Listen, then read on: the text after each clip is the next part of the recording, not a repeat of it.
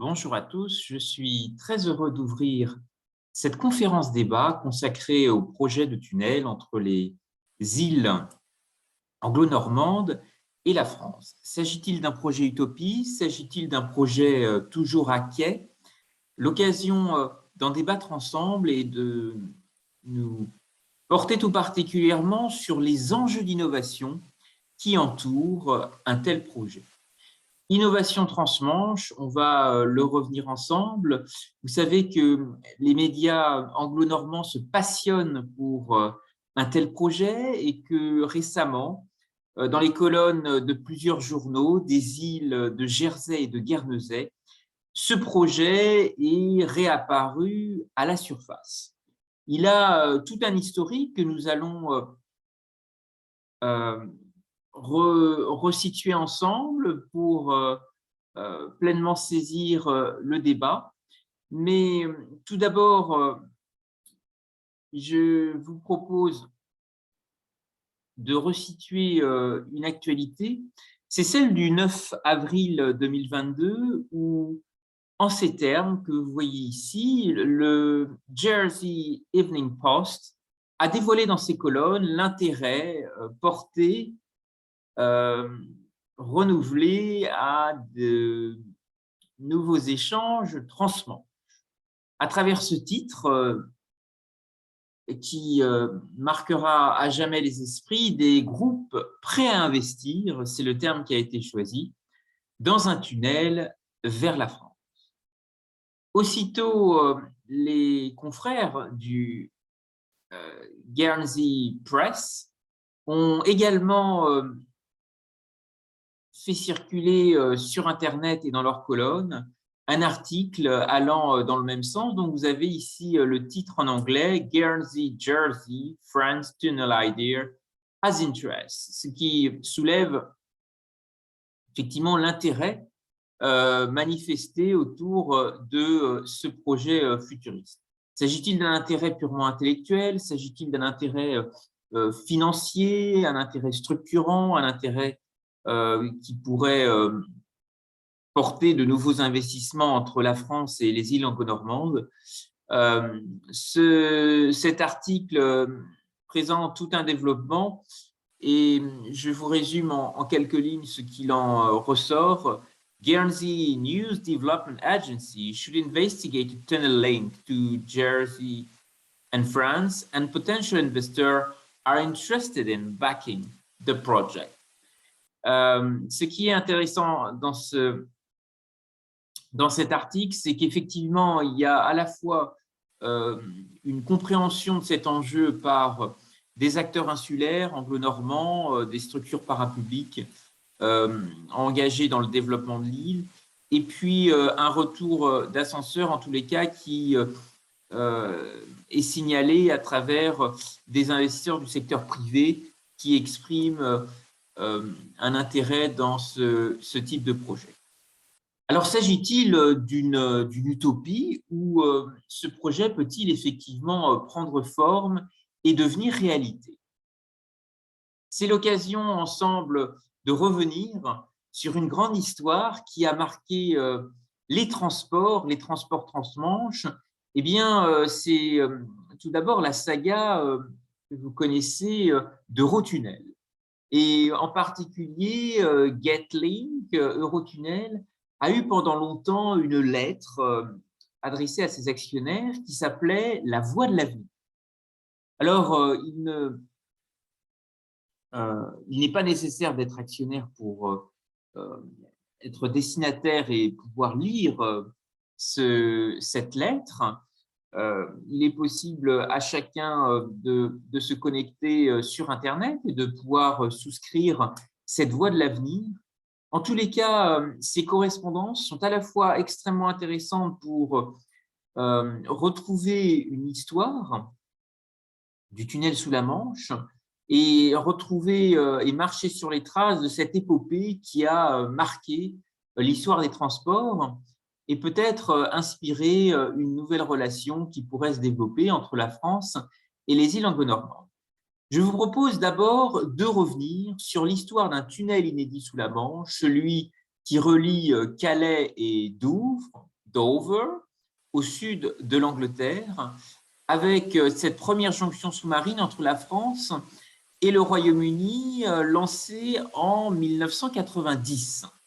Ce tunnel sous la Manche est devenu réalité et son inauguration officielle en 1994 a marqué le départ de la grande aventure Eurotunnel, le Shutter. Donc, vous voyez ici des images avec, à l'époque, comme on peut le voir sur la photo, une publicité dont certains peut-être peuvent ici lire le titre, Direction London 2012, une référence bien entendu aux Jeux Olympiques de Londres. Alors, ce tunnel sous la Manche avec Eurotunnel de Seychelles reste encore aujourd'hui un des moyens le plus facile, le plus rapide de traverser la Manche. Avec seulement 35 minutes de traversée dans le confort aussi de votre voiture. On va voir comment finalement a été ébauché ce tunnel qui est une histoire longue de plusieurs siècles. D'abord en 1802, Albert Mathieu Favier, ingénieur des mines français, émet l'idée d'un tunnel qui relierait l'Angleterre au continent. Son projet à l'époque consiste en 2 tunnels creusés l'un au-dessus de l'autre dans les fonds marins. Le premier tunnel aurait permis aux malle-poste de faire la liaison entre la France et le Royaume-Uni, tandis que le deuxième aurait facilité l'écoulement des eaux d'infiltration. Malheureusement, les guerres napoléoniennes mettent ce projet totalement à l'abandon. Il est pour autant extrêmement intéressant et vous pouvez retrouver ici des croquis tels qu'ils ont été notamment imaginés. En 1803, l'Anglais Henri Motret propose une nouvelle solution pour créer un tunnel sous la Manche avec l'immersion d'un tube métallique dans un fossé creusé au fond du détroit. Et des problèmes liés à la pression à cette profondeur mèneront finalement au rejet de cette idée. Vous voyez ici le projet tel qu'il avait été notamment conçu et imaginé. Très intéressant la qualité de ces dessins, de ces croquis, qui bien entendu nous inspire à imaginer de grands ouvrages pour l'avenir. Alors, en 1867, un accord entre la reine Victoria et Napoléon III est signé. Dès 1833, l'ingénieur français Aimé de Thomé de Gamon réfléchit à la réalisation concrète d'un tunnel et propose la création d'un tunnel ferroviaire, Forêt, pour relier les deux pays. Et l'idée du tunnel tel qu'on le connaît aujourd'hui est émise. En 1867, la reine Victoria et Napoléon III approuvent ce projet qui sera présenté à l'exposition universelle de Paris, dont vous pouvez retrouver ici des photos qui datent de gravures qui datent de 1867. Alors, 1880 démarrent les premiers essais, les premières tentatives de creusement sous-marin des deux côtés de la Manche sont entamées. Elles seront abandonnées en 1883, malheureusement, suite à de nombreuses oppositions. 1909, c'est un autre épisode très particulier qu'on a appelé la première traversée de la Manche. Le 25 juillet, c'est Louis Blériot, ce pionnier de l'aviation, qui réalise la première traversée de la Manche dans un avion de sa conception, le Blériot 11. Il traverse le détroit en 37 minutes, seulement 2 minutes de plus qu'en traversant la Manche avec Eurotunnel, le Shutter. Le tunnel sous la Manche deviendra une réalité à travers le traité de Shaker en 1973. Ce traité est signé entre Georges Pompidou, président français, et Edgar Heath, Premier ministre britannique. Cette signature marque le début des travaux de construction du tunnel qui seront stoppés 2 ans plus tard. 1986 marque véritablement le choix du projet tel que vous le voyez ici sur ce schéma. Il est à la fois imaginé en 3 tunnels distincts, un tunnel ferroviaire nord, un tunnel ferroviaire sud, et vous voyez ici également un autre tracé, c'est le 3e, qui est situé au milieu des 2 rames qui ont été imaginées, les 2 rames ferroviaires.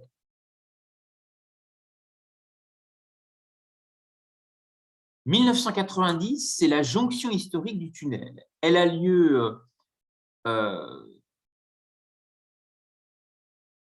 de façon inédite, puisque d'un côté, les équipes britanniques et de l'autre, les équipes françaises réalisent la jonction et elle aboutira 4 années plus tard à l'inauguration du tunnel en présence du président français et de la reine Elisabeth II.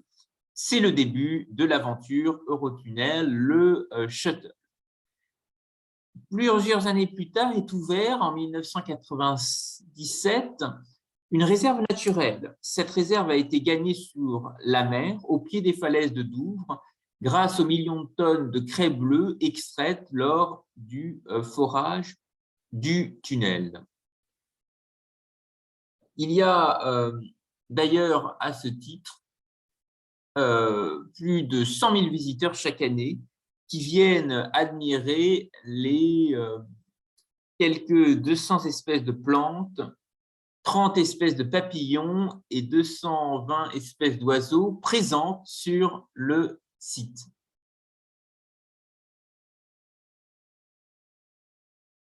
Alors, en 2000, un élément nouveau, c'est le transport des animaux de compagnie, puisque Eurotunnel le Shuttle permet aux propriétaires d'animaux de compagnie d'emmener leurs compagnons à 4 pattes avec eux. Et progressivement, Eurotunnel est devenu le premier choix pour les propriétaires d'animaux de compagnie grâce au confort dont bénéficient leurs boules de poils. Eurostar a en effet ouvert des espaces de détente, des aires de jeu destinés à rendre leur voyage toujours plus agréable. Et cette traversée de la Manche a inspiré bien des artistes à travers cette idée de tunnel, de profondeur. 2006, c'est 100 millions de passagers transportés. Eurotunnel Shuttle fait une étape importante le 27 juin 2006 avec la traversée du 100 millième passager entre la France et l'Angleterre depuis l'ouverture du service, souvenez-vous, l'inauguration en 1994. L'arrivée du Tour de France en 2007, qui débute avec un prologue à Londres, suivi d'une première étape entre la capitale britannique et Canterbury. Pour rejoindre la France et Dunkerque, pour la 2e étape, les équipes de coureurs empruntent Eurotunnel le Shuttle. 3 navettes passagers sont spécialement affrétées pour transporter les 21 autocars et les plus de 100 voitures qui rejoignent la France. En 2009, c'est près de 50 millions de véhicules transportés. Mis bout à bout, ces 50 millions de véhicules formeraient une cohorte équivalente à la distance entre la Terre et la Lune. Alors, toujours dans les prouesses et les grands défis, en 2012, ce sont les Jeux olympiques de Londres. Et cette torche olympique emprunte le tunnel sous la Manche. Lors du relais de la flamme olympique organisé à travers le Royaume-Uni pour les Jeux olympiques de Londres, la torche emprunte une section de 9 km sous la Manche entre le terminal de Folkestone et la réserve naturelle de Sanfi Oe le 18 juillet 2012. Nous parlions du transport des animaux de compagnie. En 2017, ce sont 2 millions de chats et de chiens transportés qui ont pu profiter du confort de voyage offert dans l'Eurostar. Alors, après avoir balayé l'histoire de ce grand défi, regardons ensemble quelques éléments pour situer le débat et l'historique d'un projet de tunnel entre les îles anglo-normandes et la France. Des idées et des échanges transmanche ont été stimulés dès 2012 à l'occasion des Jeux Olympiques de Londres. Vous savez que la Bretagne a été une base arrière d'entraînement à l'occasion des Jeux Olympiques de Londres, profitant d'une proximité renforcée par la qualité des dessertes aériennes et maritimes.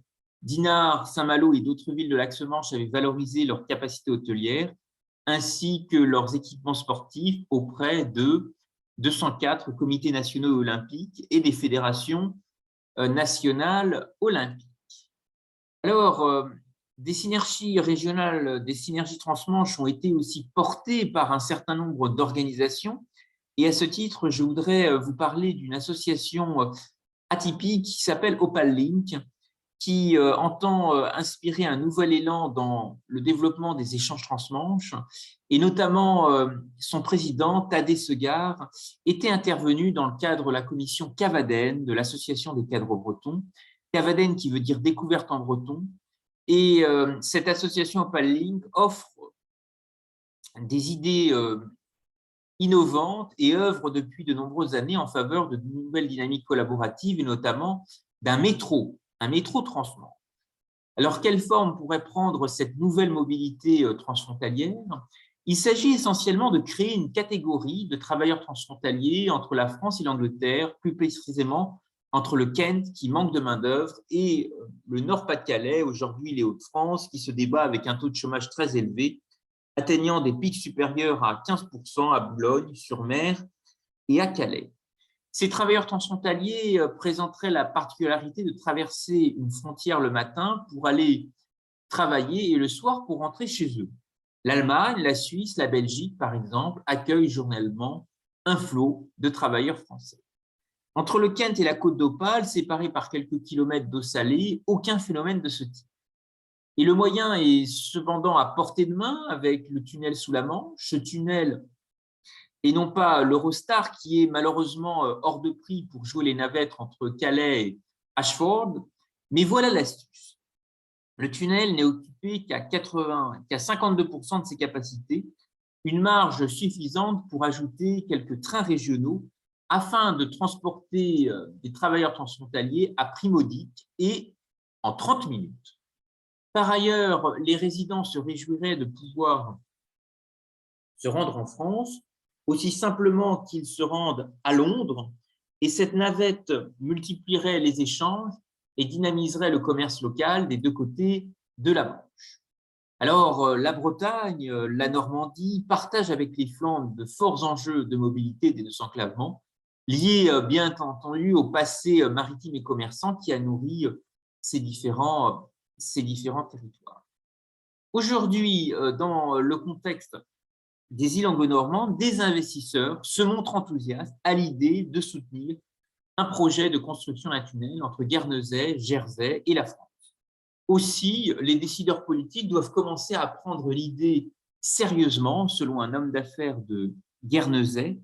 Et Martin Doré, ancien président de la Chambre de commerce de Guernesey, a déclaré qu'il était essentiel que l'agence de développement de son île explore maintenant sa vision des liens peninsulaires et continentaux et précise que le soutien du gouvernement insulaire, les États de Guernesey, sera nécessaire pour faire avancer l'idée. Il a ajouté que les investisseurs qui ont soutenu des projets de tunnels similaires dans les îles Féroé étaient intéressés. Des enjeux de financement et de viabilité du modèle sont posés.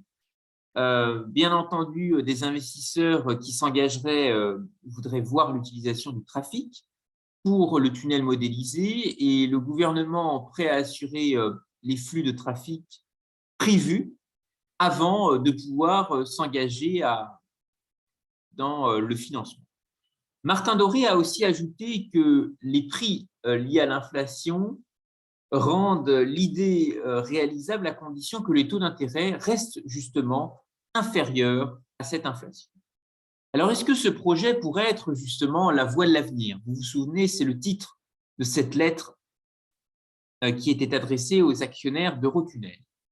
En 2019, l'homme d'affaires Kevin Keane a appelé à ce que l'idée d'un pont vers la France soit correctement étudiée à Jersey, affirmant qu'un tel projet pourrait aider à résoudre la crise du logement très présente dans les îles anglo-normandes ainsi qu'au Royaume-Uni.